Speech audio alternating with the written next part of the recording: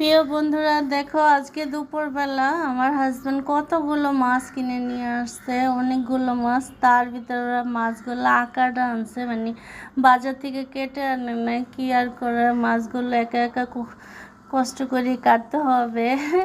মাছগুলো কাটতে অনেক কষ্ট হয়েছে বন্ধুরা, জানো না। তো প্রথমে আমি ইলিশ মাছটাই কেটে নিব। এখানে 5টা ইলিশ মাছ আনছে। তো ইলিশ মাছের সাইজগুলো একটু ছোট হলো। মাছগুলো পদ্মার ইলিশ মাছ, অনেক ভালো, তাজা। আর মাছের পেটের ভিতরে মনে হইতেছে ডিম হবে, কারণ মাছ ছোট সাইজ হলে গিয়েব, পেট ফুলা, দেখতে পারছো, চ্যাপটা চ্যাপটা মাছ।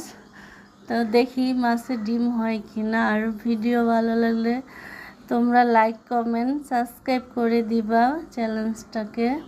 আর কমেন্ট না করলে তোমাদেরকে আমি সাপোর্ট কি করে দিব বলো? কমেন্ট করে যাবা, সাবস্ক্রাইব করে দিবা। বলেছিলাম না ডিম হবে বন্ধুরা, ডিম হয়েছে। ছোট মাছের ছোট ডিম, এই যে দেখা যাচ্ছে। তো ডিম সহকারেই কাটবো ইলিশ মাছ। আজকে ইলিশ মাছটাই রান্না করবো, আর বাকি মাছগুলো কেটে ডিপ করে রেখে দিব বন্ধুরা। এই তো মাছ কেটে নিচ্ছি।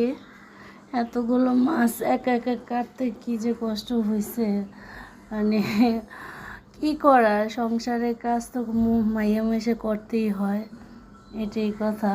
সবাই করে আমার মতো কাজ।